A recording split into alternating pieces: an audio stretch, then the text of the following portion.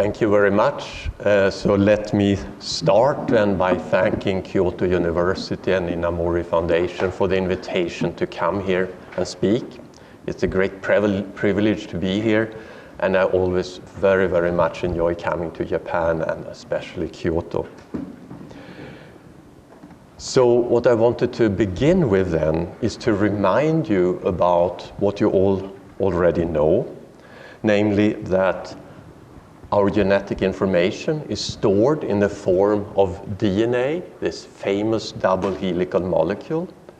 And the information there is stored in the form of the sequence of these 4 bases or nucleotides, abbreviated A, T, C, and G.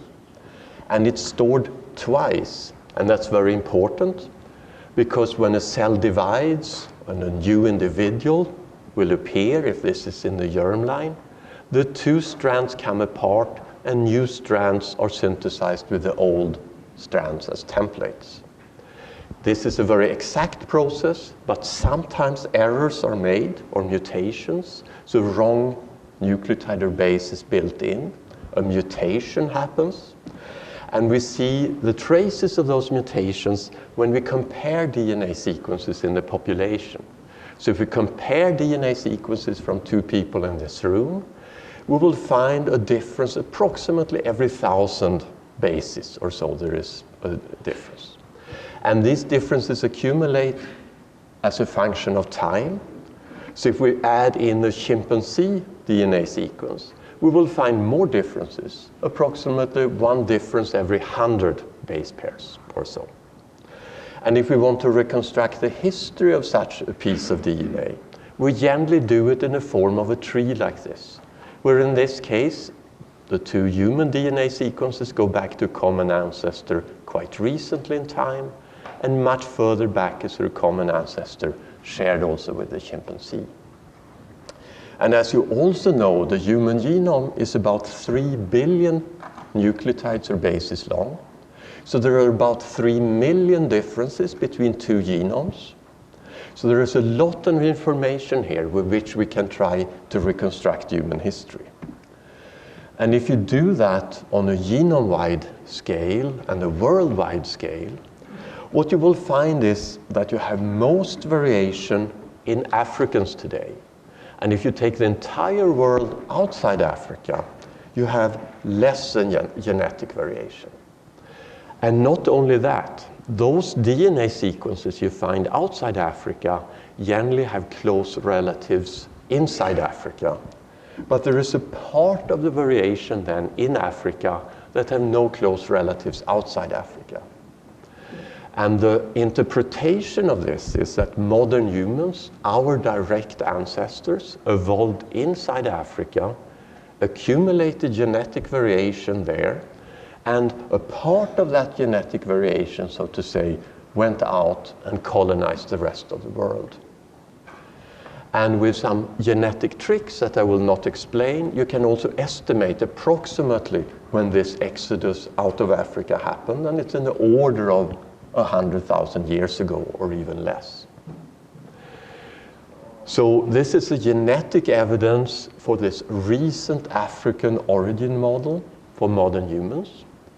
But there is a sort of complication with that model, if you like, and that is that there were other forms of humans around since a long time, also outside Africa. Most famously then Neanderthals in Western Eurasia, and other forms of now extinct humans in Eastern Eurasia. And the big question is, that have always interested me, is how were these extinct forms of humans related to people who live today?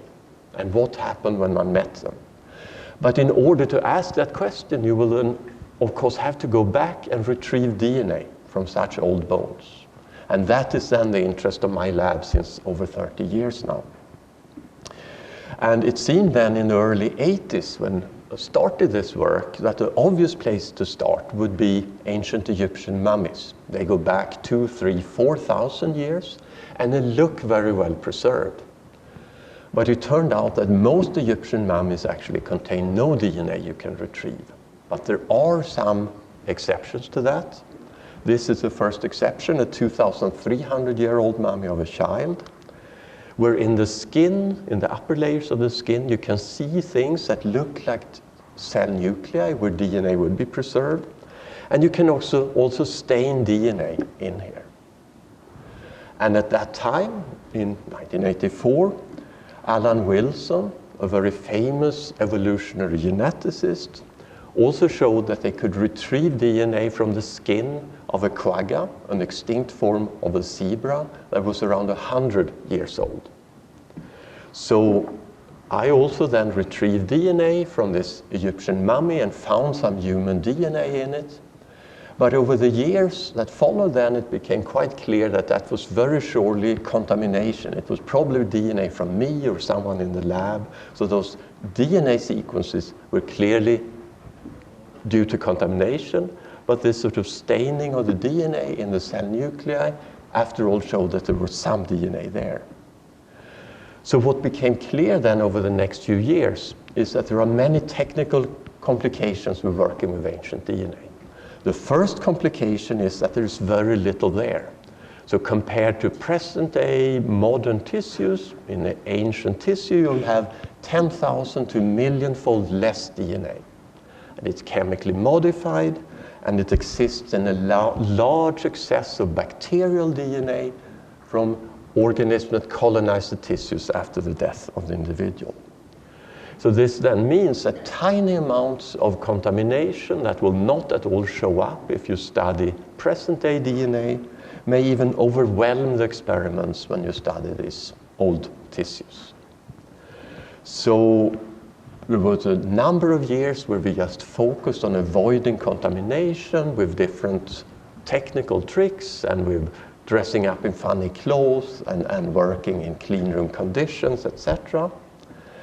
And we then focused on the mitochondrial genome, simply for the fact that there are many copies of this tiny part of the genome here. So there's a bigger chance that some fragments of it will survive. Although most genetic information, of course, is in the cell nucleus. We started out by zoological collections that are just 100, 150 years old. Went back to recently extinct animals, such as the marsupial wolf that became extinct around 100 years ago, and to animals that during the last ice age disappeared, such as the ground sloth in America or mammoths. But our big interest have always been Neanderthals then. So here is a reconstructed Neanderthal skeleton compared to a present-day human skeleton. The Neanderthals appear in the fossil record somewhere 300,000 or 400,000 years ago and exist until around 40,000 years ago when they become extinct. And there are two different ideas about the relationship of Neanderthals in Europe then to modern humans that come out of Africa. One is total replacement, saying these modern humans come from Africa, replace the Neanderthals with no mixture. Another one is that modern humans come out of Africa, but mix with Neanderthals so that there is a contribution from Neanderthals to present-day Europeans and from other groups in Asia to present-day Asians. So the consequences of this is then in the one extreme, total replacement, 0% contribution from Neanderthals to present-day people. And you can imagine any number of fraction of contribution up to even total continuity. So we got the first chance to test this in the early 90s when we got access to the Neanderthal type specimen. So this is a fossil that was found in 1856 in Neanderthal and gave its name to this group of hominins. Had a sample from the upper arm here, looked for the mitochondrial genome, a particularly variable part of the mitochondrial genome, retrieved a piece of DNA from shorter fragments that were retrieved many, many times and believed the changes that were consistently there, and reconstructed such a phylogenetic tree. And you will see that the mitochondrial genomes of present-day humans then go back to a common ancestor 100 or 200,000 years ago, and the mitochondrial genome of the Neanderthal goes back much further, 500,000 years ago or a little more. Since then, we and others have retrieved many other Neanderthal mitochondrial sequences. They all fall together outside the variation of modern humans. So it's very clear there are no humans today that run around with mitochondrial genomes from Neanderthals. So in this set of things, it's then total replacement, 0% contribution. But it's of course clear that the mitochondrial genome is a very tiny part of our genome. The big picture will of course be in the nuclear genome, where we inherit DNA both from our mothers and fathers. But I think until 15 years ago or so, I'm even on the published record of saying that we will never be able to retrieve the nuclear genome of Neanderthals. It will be too little there, it's too degraded, and so on. But what changed all that was the advent of new techniques, high throughput DNA sequencing techniques that allow you to sequence millions of DNA molecules quite fast and quite inexpensively. So instead of trying to retrieve the mitochondrial genome, you can now simply extract all the DNA from a fossil, sequence all the DNA that's in there, make your own little database, and start compare it to the human genome, to bacterial genomes, and so on. And the first place where this worked for Neanderthals was this beautiful cave in southern Europe, in Croatia, Vindija Cave. From this bone here, that's about 40,000 years old, this piece of the bone.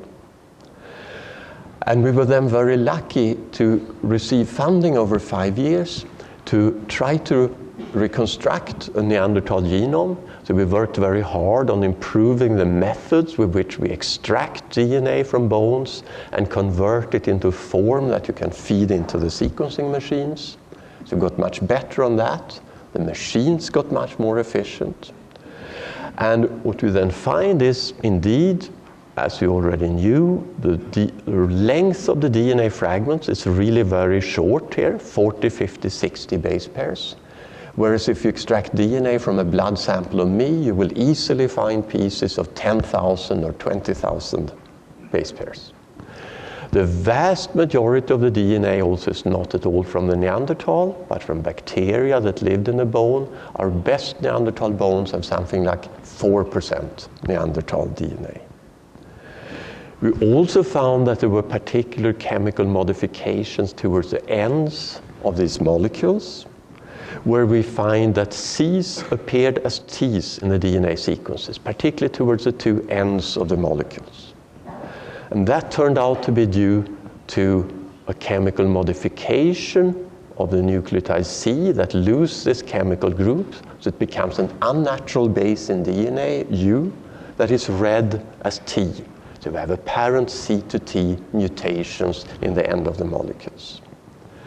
So we then focused on 3 Neanderthal bones, sequenced a bit over 1 billion DNA fragments from them, and mapped them to the human genome, taking these special types of mutations we see into account at the ends of the molecules. So in 2010 then, we had a little over half of the Neanderthal genome, a first draft version of it. So we could begin to ask questions. And one of the first questions we were interested in was, of course, what about the relationship to present-day humans, to modern humans? What happened when modern humans came out of Africa and met Neanderthals? Did one mix or not? So an expectation, if that would have happened, would be that Europeans today should share more genetic variants with Neanderthals than Africans today, because there have never been Neanderthals in Africa, so there's no reason to assume that they should carry any contribution from Neanderthals.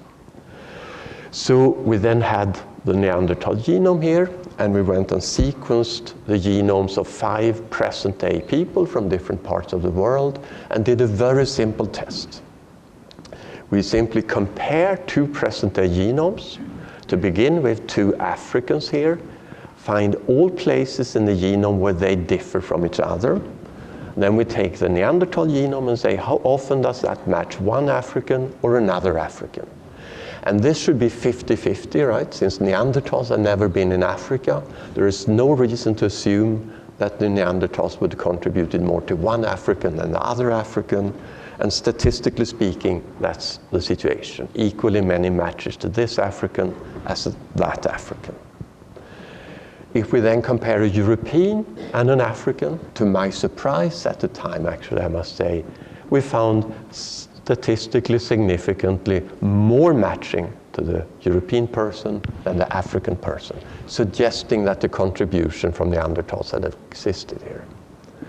Even more surprising was when you take a person from China and from Africa, again we see more matching to the Chinese person, although most people would think Neanderthals have never been in China. And even more surprising, in Papua New Guinea, we again see the same thing, although everyone will agree there have never been Neanderthals in Papua New Guinea. So the model we suggested for this, that has since been borne out by other work, both by us and others, is to suggest that when modern humans come out of Africa, they presumably passed by the Middle East. We know there were Neanderthals in the Middle East. So if these early modern humans mixed with Neanderthals and then became the ancestors of everybody outside Africa, they can, so to say, have carried with them this Neanderthal contribution out to the rest of the world, to the extent that between 1% and 2% of the DNA of everybody outside Africa today come from Neanderthals. It now turns out it's a more complicated story than this. There are more events of admixture with Neanderthals, and I'll mention that briefly in a few minutes. So what we have since done since 2010 is to generate a much, much better Neanderthal genome.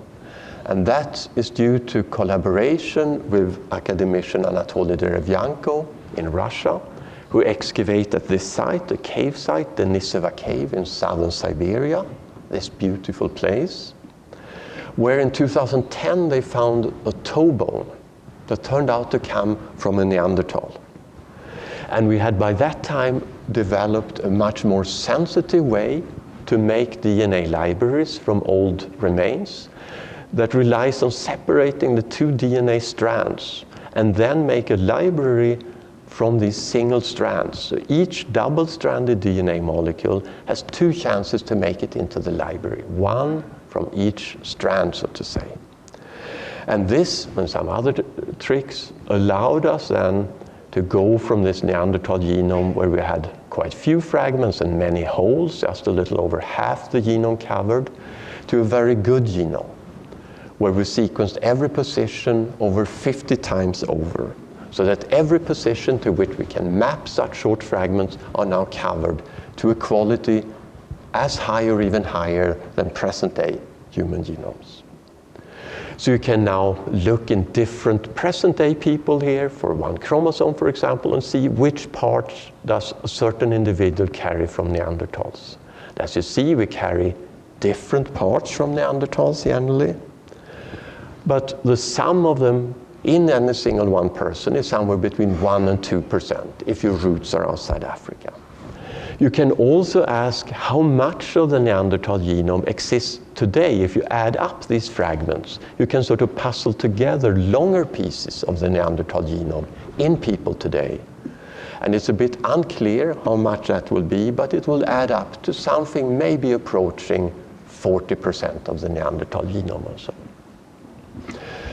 Anatoly Derevyanko also found another little fragment of a bone in the Denisova cave. It's a part of the last phalanx of a pinky of a child. And when we applied our methods to this piece of bone, we could again retrieve a high-quality genome where each position is sequenced over 30 times over. And to our big surprise, we found that that individual was not closely related to Neanderthals. It had a common ancestor shared with Neanderthals, but far, far back. So we realized we had found a new type of extinct humans, and after thinking a lot about it, we decided to call them Denisovans. So just like Neanderthals are called Neanderthals after Neanderthal, where they were first found, Denisovans are then called Denisovans after Denisova cave, where they were first found. And they are indeed quite distantly related to Neanderthals. So if this is the population, deepest population split between two human groups today, they are in Africa, depending on now the mutation rate, but if we take a mutation rate, this would be in the order of 100,000 years back or so. If we compare Neanderthals and Denisovans, they go back in the order of 4 times further back, their population split, than the deepest split between any two humans today. And just for comparison, then the split between Neanderthals and Denisovans and present-day people is something like 6 or even 7 times further back. So you can then ask for Denisovans, have they mixed with present-day people or their ancestors? And indeed, they have. Surprisingly, although the bones were found here in Siberia, we find the biggest evidence of admixture in the Pacific, so in Papua New Guinea, Aboriginal Australians, and so on. And quite a big contribution in the order of 5% of the genomes or so of people there derived from Denisovans. So if I should summarize what we think we know today then about the origin of Neanderthals and Denisovans, we think that they have an origin probably in Africa, more than 500,000 years ago. They then come out of Africa, and they evolve in Western Eurasia to what we call Neanderthals, and in Eastern Eurasia to what we call Denisovans. There are clearly other forms of extinct humans here too, Homo floresiensis and so on, and other forms probably in China. We don't know where the border between Neanderthals and Denisovans were, but we do know that in the Altai Mountains here, at sometimes there were Neanderthals, at sometimes there were Denisovans. Then modern humans appear in Africa, come out of Africa, mix with Neanderthals the first time, probably in the Middle East, continue to spread over Eurasia. And there's good evidence from us and from other groups that there are additional admixture with Neanderthals in the ancestors of present-day Asians. People in Asia have slightly more Neanderthal ancestry than people in Europe, about 20% more, so instead of 1%, 1.2%. And we've recently shown also that there was admixture around 40,000 years ago with modern humans in Southern Europe or Southeastern Europe. And there is then a contribution from Denisovans to modern humans in Southeast Asia. And then with time, these other forms of humans disappear, but they live on, if you like, a little bit in the fact that 1 to 2% of the genomes of people outside Africa come from Neanderthals, and another 5% or so from Denisovans in the Pacific. In the future, I would not be surprised if one found contributions from other extinct forms, for example in China, or also in Africa when modern humans spread across Africa. So we've clearly rejected this total replacement model. There is a contribution from extinct forms of humans, but it's generally a small one, less than 10% or so. So the big picture is one of replacement, and there is a little bit of leakage, so to say, from these earlier forms. So we like to sort of suggest a model that we like to call leaky replacement for the origin of modern humans. Now, for the last part of my talk, I wanted to discuss, are there any functional consequences of this contribution from Neanderthals and Denisovans to present-day humans? So you can now go over the genomes of people, hundreds of people in Europe or in Asia, and found places where many people in Asia, say, carry contribution from Neanderthals. Sometimes this is shared with Europeans, sometimes it's unique to Asians or Europeans. And you can ask, statistically speaking, what genes are particularly located in such parts of the genome. And the only type of genes you find there statistically significantly are keratins, so structural proteins in skin and hair. So we'll probably learn in the future that some aspect of the morphology or function of skin and hair in Asia and Europe come from Neanderthals. More importantly, a group in Stanford have shown that immune response genes, the genes important for the defense against infectious diseases, come from Neanderthals and have sometimes reached high frequencies in different parts in Eurasia.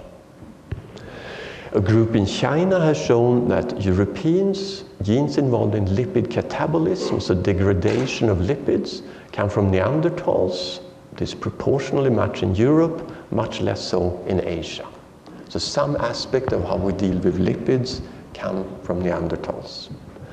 And quite interestingly, last year one found a risk variant of a gene, a lipid transporter, and this risk variant confers risk for type 2 diabetes. So the type of diabetes you get generally at old age.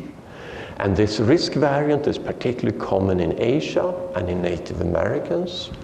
And it turns out to come over to present-day people from Neanderthals.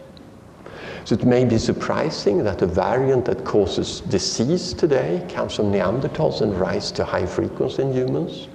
But I think it's a reasonable speculation that variants that give you diabetes today, when you have ample nutrition during your whole life, actually may be advantageous to you in periods of starvation. So it may be that what we have there is some Neanderthal adaptation to starvation that was advantageous to modern humans in the past. It's also known since quite some time that populations in Tibet are adapted to living at high altitudes where there is little oxygen in the air. It was also known that a major adaptation to that was a variant of a gene called EPAS1 that has to do with how many red blood cells you have in your blood.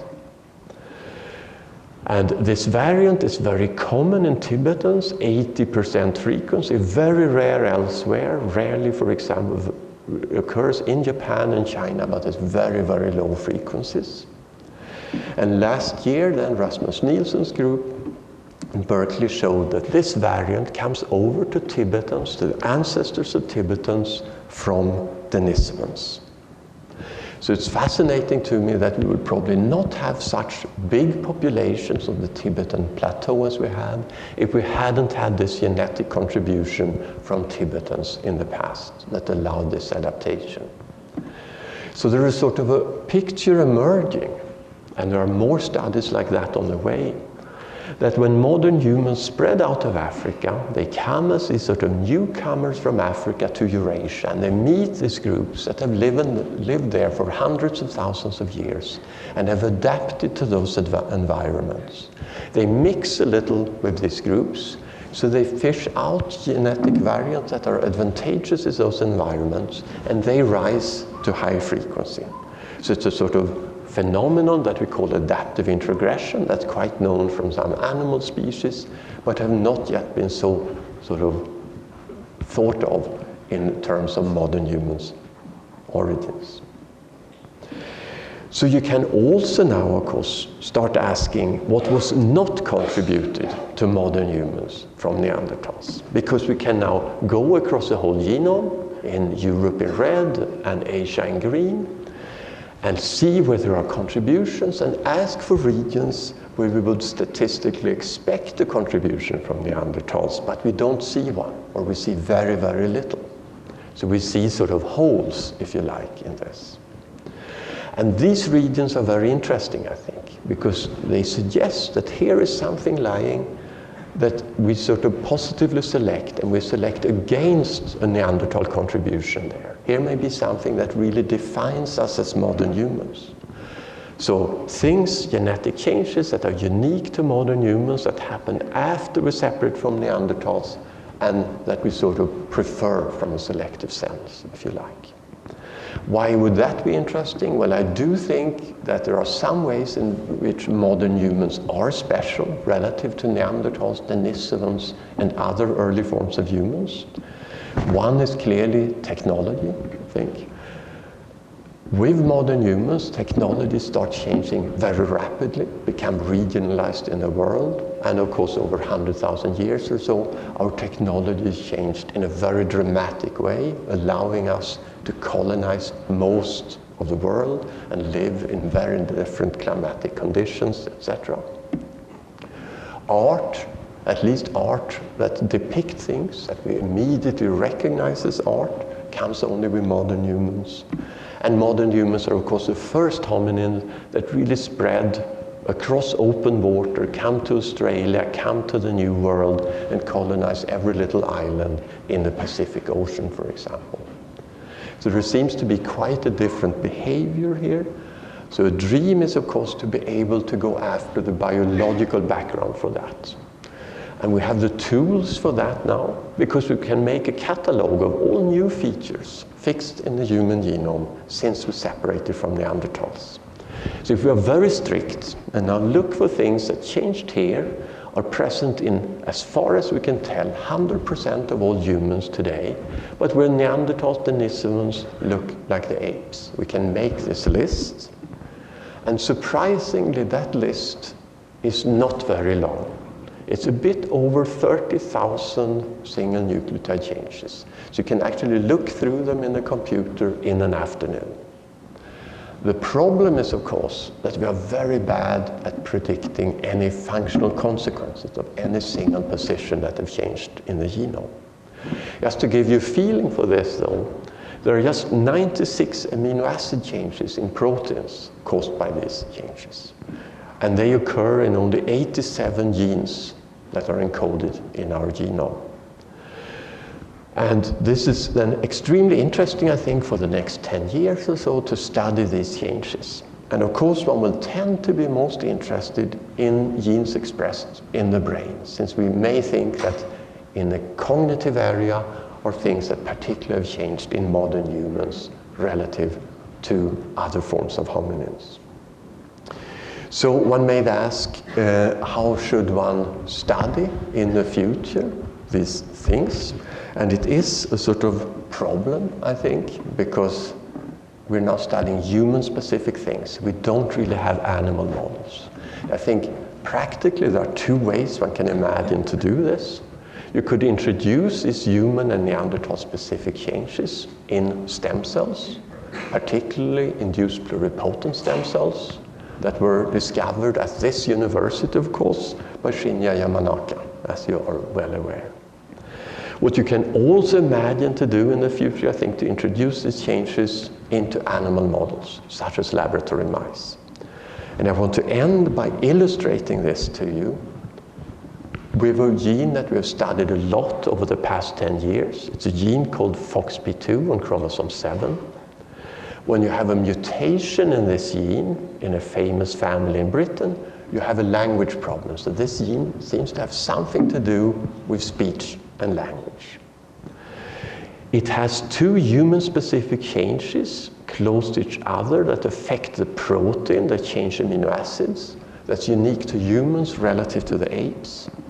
So we were, of course, very interested when we started getting information from the Neanderthal genome and the Denisova genome about the state at these positions, these two positions here.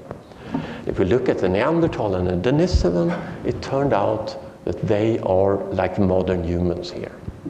So these two changes clearly happened earlier on the human lineage before we separated from Neanderthals. But you can use them then to illustrate how we study such human-specific changes. So they are close to each other in the protein here, so you can then introduce them into a mouse, into the mouse gene.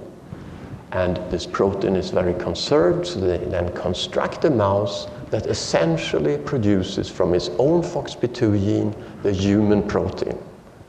And now you then have a model that you can begin to study. And you find, for example, that neurons in certain parts of the brain in these humanized mice with the human FOXP2 genes make longer dendrites, so longer connections to other neurons than in the wild-type mice. And these changes are then particularly prevalent in parts of the brains that we call the corticobasal ganglion circuits, which are connections between basal ganglia and the cortex and the brainstem that has to do particularly with motor learning in humans. So you then have a model where you can start studying this, and this is work by a previous graduate student in our group, Christiane Schreiweis, that worked with Anne Graybill at MIT with these mice and studied motor learning. So they use a paradigm where the mouse has to go in a maze and had to learn to go to a certain signal here to get a reward. And if you teach a mouse always to go towards a signal, and you always have the signal towards the left, it comes a time when you can take away the signal. The mouse have simply internalized that it should always go left to get chocolate, for example. And that switch from when you can turn off the signal, when you automate a motor movement, is done very much quicker in these humanized mice than their wild-type litter mates born by the same mother. So these mice learn in 7 or 8 days, what their litter mates that don't have those mutations learn in 11 to 12 days. So these mice are actually faster in learning certain motor tasks. And this goes together with the shift of activity in the brain from a certain part of the basal ganglia to another certain part that we can also see happening in the mice. So I'm not a neurobiologist, but my neurobiologist colleagues explains this type of learning for me as if you think about when you learn to bike as a kid. When you begin with it, you're very bad. You think about what you do, and you're very bad at bicycling. And then comes a point when you stop thinking, when it has become automated. And that's the point when you get very good at bicycling. And this is this shift from declarative to procedural learning. So the current hypothesis then is that these 2 amino acid substitutions affect something in corticobasal ganglion circuits that allow faster automation of muscle movement. And it's tempting to speculate that the most sophisticated muscle coordination we do in life is actually articulation when we speak. We need millisecond control of our vocal cords, our tongue, our lips to produce articulate speech, and it's something very unique to present-day humans. So a hypothesis then is this has something to do particularly with production of speech. And I think that this is quite hopeful actually, that you can sort of maybe in the future introduce several of these changes that are human-specific into mice, maybe even humanize aspects of the biology of the mouse to study the effects of these changes. But I think it will also be very, very important to do this in stem cells. So to wrap up then, I think over the last 30 years we've come a long way. In 1984, the first papers on ancient DNA were published, and for a number of years there were just 1, 2, 3 papers published. And since a number of years there have been sort of a steady increase in this field. The question I often get of is, how far back do we think we can go? Can we look at much older hominins, for example? So far, almost everything or everything we discussed was in the last 100,000 years or so. The world record in old genomes is actually held by Eske Willerslev, that will give them the next talk here. It's a horse genome that goes back about 700,000 years. But that's then in the permafrost, it's frozen. So if we look in remains that are not frozen, we work since a couple of years now at a site that's 430,000 years old in Spain, Atapuerca, a deep cave site where one finds many remains of probably ancestors of Neanderthals or Denisovans, where we've been able to retrieve a mitochondrial genome and now a bit of nuclear genomes. So I think you can, with these remains, at least go back something like 400,000 years outside the permafrost. So I think it's quite hopeful actually that in the future we might be able to go back further, perhaps approaching 1 million years or so, and study human ancestors. And ending then, I hope I have sort of shown you that if you're interested in human evolution, it's quite useful to have a good quality genome of our closest evolutionary relatives, because you can identify what changed here recently in human evolution, what changed further back. In the future, when we have more Neanderthal genomes, we will also be able to see on what's typical of Neanderthals. But in the long run, it will not be enough with just ancient genomes. We will have to do functional work if we really want to understand human origins. And that will then be done by iPS cells, modified iPS cells, but also, I think, with humanized mice. And with that, I then thank you for your attention. There are many, many collaborators, too many to mention. Many people have helped analyzing the genomes. Just mention one person, Matthias Meyer, who developed this single-strand library method I mentioned. Without his work, we would not have these high-coverage, high-quality genomes of Neanderthals and Denisovans today. And I thank you for your attention.